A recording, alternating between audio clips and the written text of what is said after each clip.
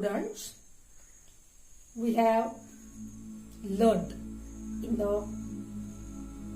first part about the non-cooperation movement in the town area or urban area. अब we are starting now the next part of this lesson, nationalism in India. अब इस part में हम क्या देखने वाले हैं कि फर्स्ट जो स्लाइड है उसमें effects of this non cooperation movement. अब इस इफेक्ट्स में हम क्या देखते हैं कि ये टाउन्स में तो स्टार्ट हो गया था और उसी के वजह से उसके इकोनॉमिक इफेक्ट्स जो है दे वेयर ड्रामेटिक, मीन्स ज्यादा दिखाई दिए।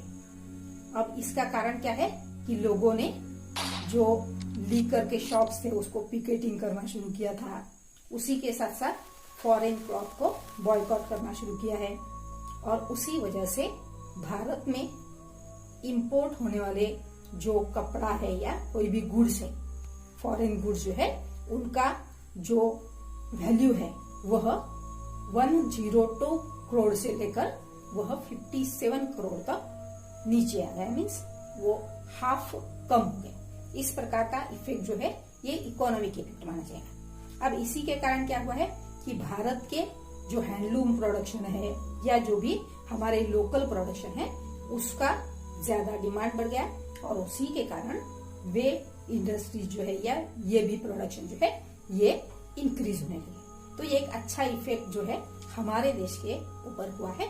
अब इसी के साथ साथ हमारे देश के लोग अभी खादी का यूज करने लगे, यानी जो हमारे देश का प्रोडक्शन है, और इस प्रकार से खादी का उत्पादन भी बढ़ा और लोगों में उसकी शुरुआती दिनों में डिमांड बढ़ गई। लेकिन बाद में यही डिमांड जो है धीरे धीरे कम हो गई क्योंकि उसके प्राइसेस ज्यादा थे और गरीब लोग उसको नहीं बेयर कर सकते थे और इस वजह से धीरे धीरे खादी का डिमांड जो है वह भी कम हो गया।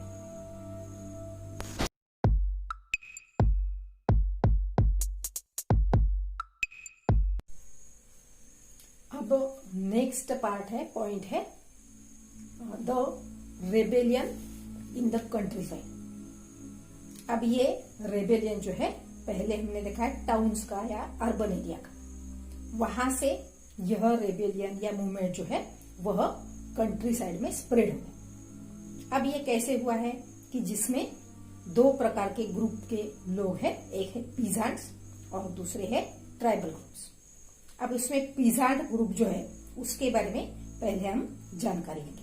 कंट्री साइड में जैसा कि आपको पता है कि peasants are more important in the villages और रूरल एरिया। तो यहाँ हम देखते हैं कि अवध नाम का जो एरिया है भारत के नॉर्थ एरिया में, नॉर्दर्न इंडिया में, तो अवध जो है उस प्रोविंसेस में उस समय एक सन्यासी था जिसका नाम था बाबा रामचंद्र।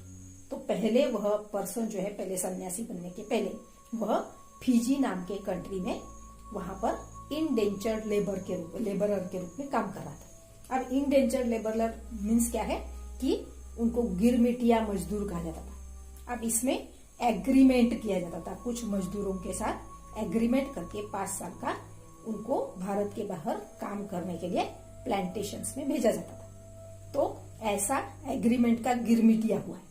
तो इस प्रकार के इंडेंचर्ड लेबर उसके बाद वो भारत में आ गया और सन्यासी बन गया। अब इसी सन्यासी के लीडरशिप में अवध के किसानों ने वहां पर मूवमेंट चलाया जो नॉन कोऑपरेशन मूवमेंट का एक पार्ट मानी जाती है, उसी को हम रेबेलियन भी कह सकते हैं। अब इन लोगों ने, किसानों ने वहां पर विद्रोह क्यों किया है कि वहां पर जो तालुकदार थे और लैंडलॉर्ड्स थे उनके अगेंस्ट इन्होंने इस प्रकार का रिबेलियन किया है। अब इसका कारण क्या था कि लैंडलॉर्ड जो है ये उनको रेंट पर कुछ जमीन दे देते थे, उसको पट्टेदारी खेती कहा जाता था। तो इस प्रकार के रेंट पर दी जाने वाली खेती वो हमेशा फिक्स नहीं होते थे। पट्टे जो है कि जमीन के पट्टे जो है हमेशा फिक्स नहीं होते थे, हर साल वो अलग अलग पट्टे उनको देते थे। इसका कारण क्या था कि लैंडलॉर्ड को डर था कि अगर इनको हर साल एक ही दे दिया जाए पट्टा जो है तो वो मालिक हो जाएंगे, इसलिए हमेशा उनके पट्टे जो है वे बदले दिए जाते थे। दूसरी बात है तालुकदार और लैंडलॉर्ड जो है ये उनसे बहुत बड़ी मात्रा में बहुत बड़ी रकम के रूप में उनसे टैक्स वसूल करते थे।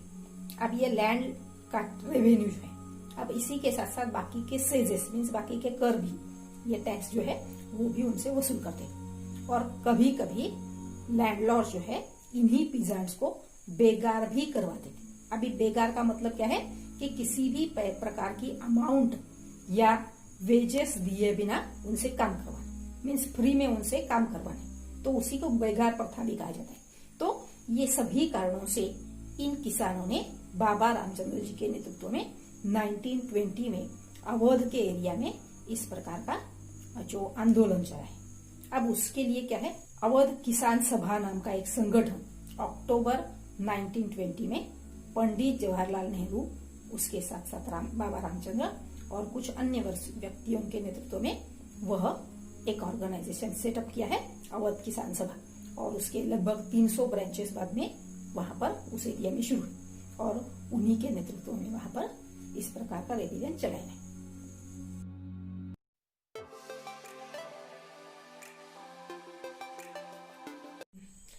Now the next point is towards civil disobedience. अब इसमें 1922 की बात हम करते हैं।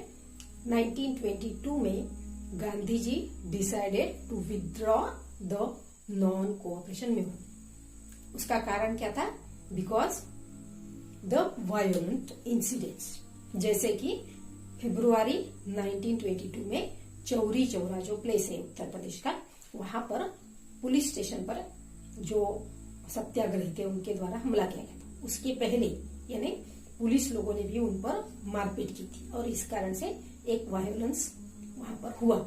तो ऐसी कई घटनाएं उनको नजर में आ गई या उनको समझ में आ गई और इस कारण से उन्होंने डिसाइड किया है कि इस आंदोलन को अभी रोक दिया जाएगा। अब इसी के साथ साथ उनको ऐसा लगने लगा था कि मास मूवमेंट के लिए अगर सत्याग्रहियों को प्रिपेयर करना है तो उसके लिए उनको प्रॉपर ट्रेनिंग की जरूरत है। तो इस वजह से भी उन्होंने इस आंदोलन को 1922 में ही रोक दिया। अब कांग्रेस के भी कुछ लोग जो है ये ऐसे मूवमेंट को, ऐसे आंदोलनों को टायर्ड हो गए थे, थक गए थे और इसलिए वे चाहते थे कि 1919 के गवर्नमेंट ऑफ इंडिया एक्ट के अनुसार प्रोविंशियल इलेक्शंस होने वाली थी, काउंसिल के इलेक्शन, तो उसमें वे शामिल हो जाए। और उनका मानना था कि अब हम ब्रिटिश गवर्नमेंट से डायरेक्ट आर्ग्यूमेंट करेंगे, अपनी डिमांड उनके सामने रखेंगे और इस प्रकार से वो लोग ब्रिटिश सरकार का अपोज करेंगे, उसके खिलाफ प्रोटेस्ट करेंगे। अब ऐसे ही समय में 1923 में चित्तरंजन दास और मोतीलाल नेहरू जो जवाहरलाल नेहरू के पिताजी थे, उन दोनों ने मिलकर एक स्वराज पार्टी नाम की पार्टी का गठन कांग्रेस के अंतर्गत ही किया है। यानी ये सभी घटनाएं 1920 के बाद की हुई है।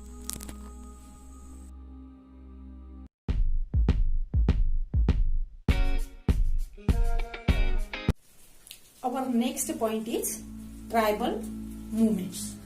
अब इसमें ये ट्राइबल मूवमेंट जो है ये आंध्र प्रदेश के गुडेम हिल्स नाम के एरिया में 1920s के अर्लियर पीरियड में हुआ था। अब यहाँ के ट्राइबल पीजेंट्स का जो रीजन है उसके पीछे मूवमेंट का, उन्होंने भी गांधी जी के स्वराज की आइडिया को इंटरप्रेट किया और वो अपने हिसाब से, जैसे कि उनका जो कारण था कि फॉरेस्ट, वहां पर बहुत लार्ज फॉरेस्ट एरिया है और फॉरेस्ट एक्ट्स के कारण, जैसा कि हमें इसके पहले पता है कि कई प्रकार के फॉरेस्ट एक्ट्स ब्रिटिश गवर्नमेंट ने इम्प्लीमेंट किए और उसी की वजह से क्या हो रहा था कि उनका जो फॉरेस्ट में आना जाना था उस पर बहुत सारे रिस्ट्रिक्शंस लगाए गए थे। उनके कैटल ग्रेजिंग करने को या फॉरेस्ट गुड जो होती है, फॉरेस्ट के कुछ वस्तुएं होती है उनके कलेक्ट करने को उनको प्रॉब्लम हो रही और इसी वजह से they were angry with British government. अब इसी के साथ साथ कभी कभी ये ब्रिटिश ऑफिशियल्स क्या करते थे, उनसे रोड बिल्डिंग करने के लिए बेगार करवाते थे, मीन्स फ्री में उनसे काम करवाया जाता। तो उसी के कारण उन्होंने ब्रिटिश ऑफिशियल्स के खिलाफ, गवर्नमेंट के खिलाफ ये मूवमेंट चलाया है, रिबेलियन चलाया है। अब उसी को गांधी जी का एक प्रकार का सपोर्ट था। अब इसका लीडर था अल्लूरी सीताराम राजू। तो ये राजू जो है वो भी महात्मा गांधी से इम्प्रेस था और वो अपने आप को गॉड से रिलेट करता था और कहता था कि मेरे पास कई पावर्स है और मैं जो भी हमारा वेदर क्लाइमेट होता है उसका प्रिडिक्शन कर सकता हूँ और उसी के साथ साथ लोगों को हील भी कर सकता हूँ।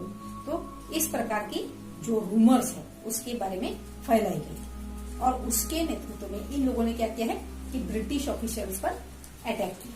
उसके साथ साथ कुछ ब्रिटिश ऑफिसर्स को मार दिया, यानी जो भी गुस्सा उनके मन में ब्रिटिश ऑफिसर्स के प्रति था या ब्रिटिश गवर्नमेंट के प्रति था उसको बाहर निकालने का ये एक चांस समझकर उन लोगों ने इसी पीरियड में ये ट्राइबल रिवोल्यूशन जो रिवोल्ट है वो चलाए या रिबेलियन चलाए और उसको गांधी जी का नाम लेकर इस अल्लूरी सीताराम राजू ने लोगों को बताया कि आपको अगर फ्रीडम चाहिए तो क्या करना है, पहले आपने इस शराब को छोड़ देना है।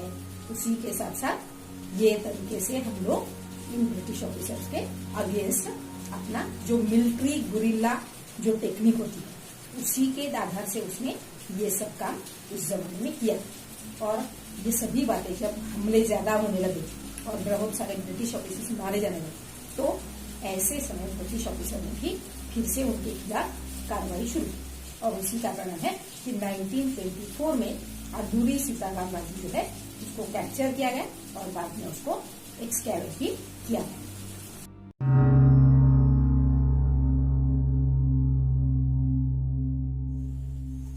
अब नेक्स्ट पॉइंट है स्वराज इन द प्लांटेशन। अब ये प्लांटेशंस कहाँ है कि आसाम। अब यहाँ पर भी नॉन कोऑपरेशन मूवमेंट के बारे में लोगों ने सुना है। अब वहाँ के जो प्लांटेशन वर्कर्स हैं उनके मन में स्वराज का या नॉन कोऑपरेशन का मूवमेंट का मीनिंग क्या है कि उनको जिस प्लेस में जिसको कन्फाइंड प्लेस कहा जाता स्पेस कहा जाता था कि उनको जहां पर एनक्लोज किया गया था कि वहां पर ही उसी प्लेस में भी they can move freely in and out. तो उसी प्लेस के अंदर ही रहकर उन्होंने फ्रीली मूवमेंट करना है, मीन्स काम करना है, लेकिन उसके बाहर जाना है तो परमिशन ले ली। तो यहाँ पर उनको ऐसा लगने लगा कि अभी हमें क्या करना पड़ेगा कि अभी हमें इस प्रकार का बाहर भी जाने के लिए फ्री इस प्रकार से हम काम कर सकते हैं कि बाहर भी जा सकते हैं, घूम सकते हैं। ऐसा उनको लगा, स्वराज का मीनिंग वैसा होगा।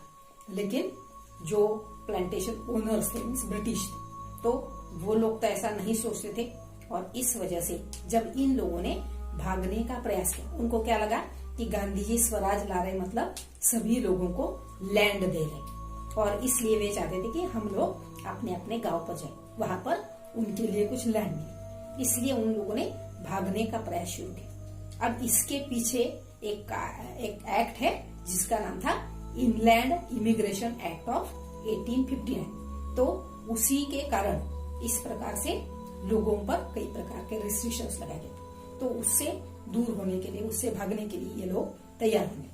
अब इसके बाद वो भागने का तो प्रयास उन्होंने किया लेकिन वे अपने विलेज तक पहुंच नहीं पाए। इसका कारण था कि मार्ग में जो भी बाधाएं आई उसमें रेलवे का स्ट्राइक चल रहा था, उसी के साथ साथ शिप से जाना चाहते थे तो उसमें भी अलग अलग प्रकार की सिचुएशन थी और उसी के कारण they can not go to their home और वे पकड़े गए और उसके बाद उनको ब्रूटली बिटर्न किया गया है और बहुत बुरी तरीके से उनकी मारपीट की गई है।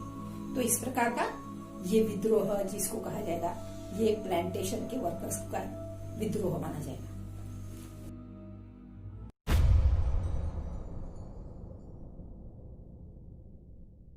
अभी नेक्स्ट पॉइंट है 1928 का साइमन कमीशन। अब उसके पहले की कुछ परिस्थितियां हम देखें, जैसे कि भारतीय राजनीति की रूपरेखा विवाद और असहमति के बीच चल रही थी, तो उनको दिशा देने का काम दो फैक्टर्स ने किया है। एक है 1920 के लास्ट डिकेड के जो लास्ट वर्ष है उसमें पूरे वर्ल्ड की जो विश्वव्यापी आर्थिक मंदी आई थी उसका असर भारत में भी दिखने लगा था।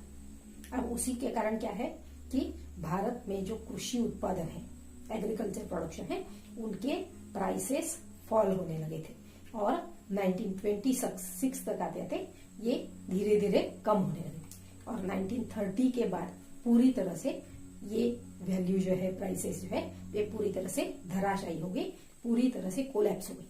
और इसी के कारण क्या हुआ है कि जो किसान है वे कुछ उत्पन्न न मिलने के बाद कारण वे अपना रेवेन्यू जो है, लैंड रेवेन्यू जो है, उसको पे करने में असमर्थ है। तो इस प्रकार का माहौल हमारे देश में 1930 तक आते आते हुआ था। तो ऐसी ही परिस्थितियों में ब्रिटेन में एक नई सरकार आई थी जिसका नाम है टोरी गवर्नमेंट या टोरी सरकार। तो इस टोरी सरकार ने क्या किया है कि भारत की संवैधानिक व्यवस्था की नई शुरुआत जो उसको करनी है, उसकी एक प्रकार से उसमें कुछ सुधार सुझाने हैं या उसकी व्यवस्था जो है उसको तैयार करने के लिए जॉन साइमन नाम के एक व्यक्ति के नेतृत्व में एक कमीशन भारत में भेजा है और उसी कमीशन को जॉन साइमन कमीशन कहा जाता है। तो इसमें केवल साइमन ही नाम का पर्सन था, उसमें कोई भी भारतीय मेंबर नहीं।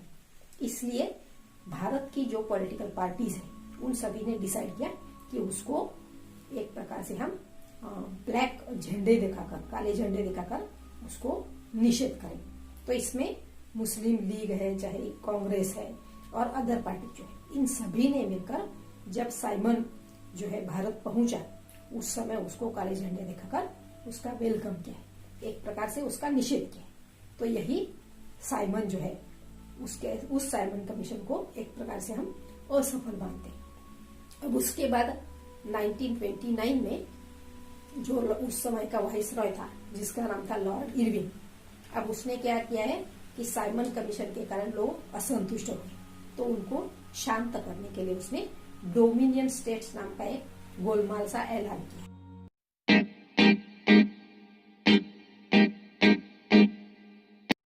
और next point is the Lahore Congress session.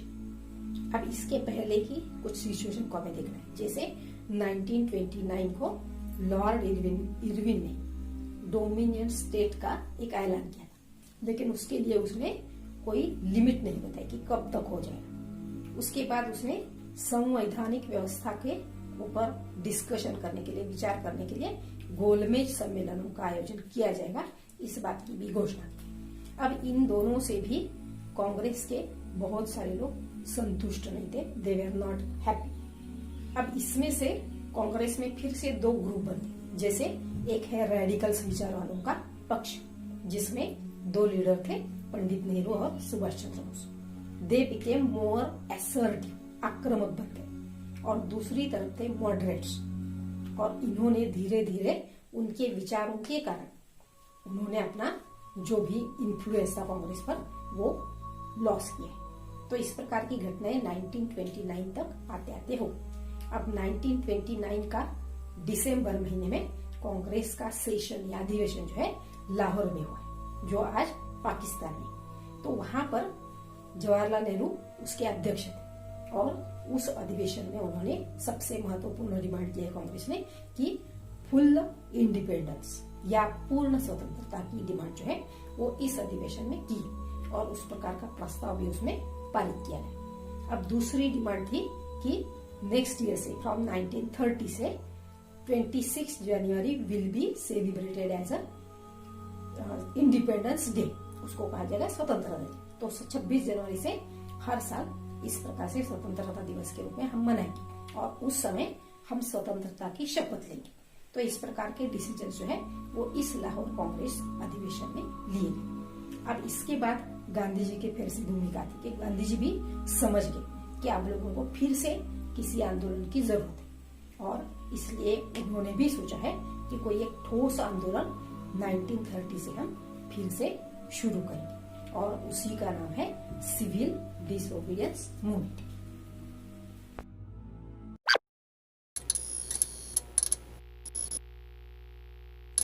अब इसमें हम देखते हैं कि सिविल डिसोबीडियंस मूवमेंट की ओर क्यों कांग्रेस वाले चले गए, उसके पीछे रीजन क्या। जैसे कि अभी भी इसके पहले भी हमने उनको डिस्कस किया है। जैसे पहला था विश्वव्यापी आर्थिक मंदी, अब उसके पहले स्वराज पार्टी की स्थापना भी है, यानी कांग्रेस के खेमे में ही कुछ लोग अनहैप्पी होने लगे थे जो भी ब्रिटिश पॉलिसी से, उसी की वजह से, जैसे साइमन कमीशन को उसका विरोध दिखाया गया है, साथ है कि इरविन का जो भी घोषणा है वो भी उसके लिए कारण रही है। अब लाहौर कांग्रेस का अधिवेशन जिसमें रेडिकल्स वालों का इम्पोर्टेंस बढ़ता गया है, और इन सभी के साथ साथ लाहौर कांग्रेस में पूर्ण स्वतंत्रता की डिमांड की गई। तो पूर्ण स्वतंत्रता की डिमांड जो है गांधी जी को भी वो अच्छी लगी है, और इसी कारण से उन्होंने सिविल डिसोबीडियंस मूवमेंट जो है उसको स्टार्ट करने के बारे में फैसला किया। अब इसके पहले उन्होंने 31 जनवरी 1930 को ब्रिटिश गवर्नमेंट को या लॉर्ड इरविन को एक 11 डिमांड होने वाला एक लेटर भेजा था कि ये डिमांड्स है, उनको आप पूरा करो, नहीं तो हम उसके आगे एक नया मूवमेंट चलाएंगे।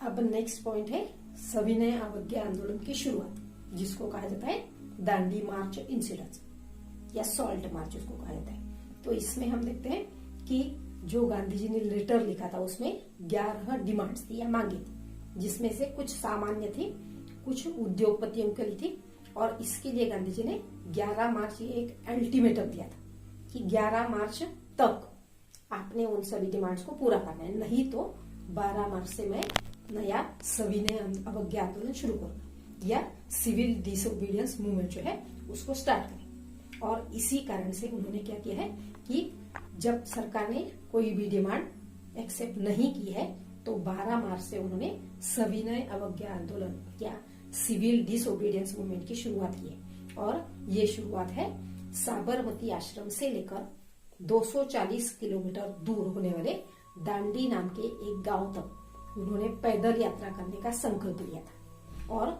उस समय उनका महत्वपूर्ण कारण था कि नमक पर होने वाला जो टैक्स है सरकार का, उसको पूरी तरह से खत्म होना चाहिए, क्योंकि नमक ये सभी लोगों के भोजन की बहुत जरूरी चीज है, और उस पर कर भरना या ये तो नेचुरली बनता है, और ऐसे समय उस पर लोगों को टैक्स देने के लिए कहना ये बहुत ही अन्यायकारी, और इस प्रकार के दमनकारी शासन कानून को वे नहीं मानते।